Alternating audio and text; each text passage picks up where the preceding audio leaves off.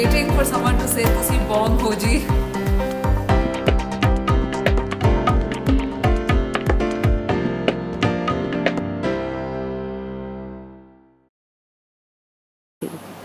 I think, Sabina, sometimes it's best in life to not have a plan. Essentially, last year I'd taken a sabbatical and I was working on my debut novel. And at some point, I got really excited about saris. It all started with my mother's sari. And I was just, as you know, since you're on my Facebook, I was just writing about it all the time. And I think because I was so new to the whole concept of a sari, I was writing about how a sari was making me feel. It wasn't so much about the history of the sari or the weave of the sari. It was just when I wore a sari, what kind of fun I was having in a sari. And really, that's where the journey started, and I kept going on with it. And a friend of mine from Dubai, Keith Fernandez, was visiting Singapore, and he said, why don't you take it beyond your Facebook? And that's really how I started Sari Sari on 15th of August 2013. And it is one journey that has completely overwhelmed me, surprised me. I've found so many new friends through it, and sometimes when I think about it, I think that all I was supposed to do all of 2013 was write a novel, and Sari Sari happened.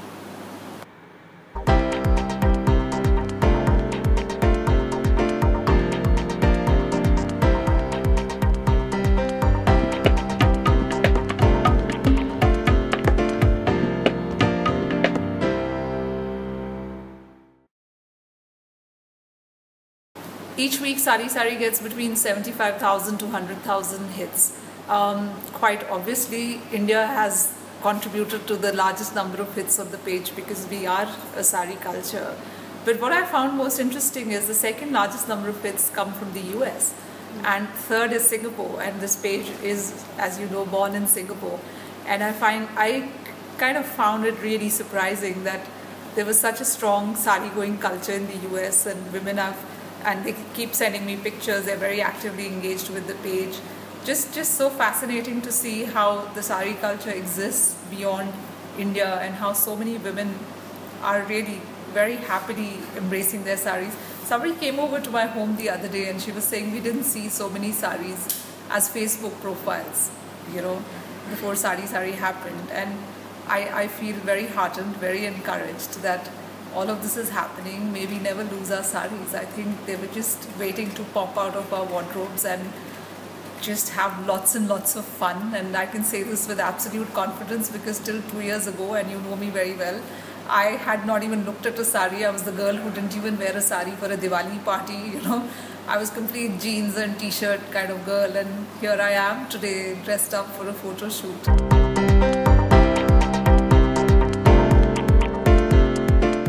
I was traveling in Calcutta for a week just before I sort of finished my vacation, and again I hadn't planned it and I just went offline, and I was overwhelmed by the time I came back because there were just so many messages on all my platforms saying, where have you gone, are you unwell?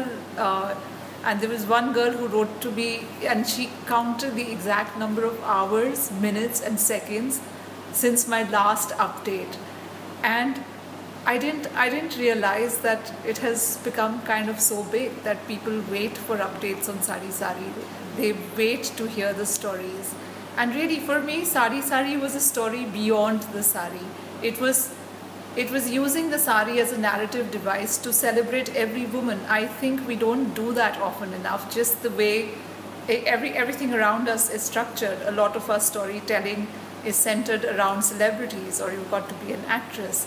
And I've always felt that every person out there is walking with a story, and I wanted to tell those stories. And I often get asked which is the picture I like the most, and I'm reminded always of stories more than pictures. And I think there are some visuals that come with no explanation, but I can see the lady has struggled to put a sari. A lot of the times I ask women who are sending me pictures to tell me where they come from. I'm genuinely interested in that because I'm from Punjab and we don't have a sari wearing culture. So when a girl from a little village near Ludhiana drapes a sari, I know the kind of effort she put in. We are a salwar kameez state, If you grew up in Bengal, you already have the narrative of a sari, and you've been draping saris from the time you were little girls. And I think as the journey progressed, I also realized that I had to go deeper into it myself. So I spent a week in Calcutta and Howrah looking at various kinds of narratives that are happening around the sari, understanding the drapes, understanding embroidery, understanding fabric. I'm completely intrigued by Bengal, and I'm often accused of a Bengali bias on my page. But I think Bengali women have a really serious attitude when they wear saris. They are feeling their saris and they make it just come alive. So I wanted to go and see it for myself.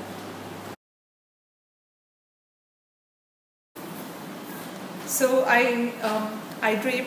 I know this drape exists in many places, but I call it the Ila Maheshwari drape because I've learned it from Auntie Ida. It's actually very basic, and what I like is it gives you a beautiful fall on the side.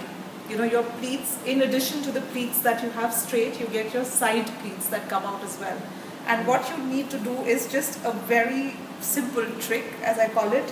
You just pull your sari from your left hip and you take it here to your right hip and you tuck it real snug, and after that you do your pleats and you tuck your pleats, and that's it. And then you do your pallu regularly, and really the pallu pin has to be thoda sa piche, not really on your shoulder. You just put it here.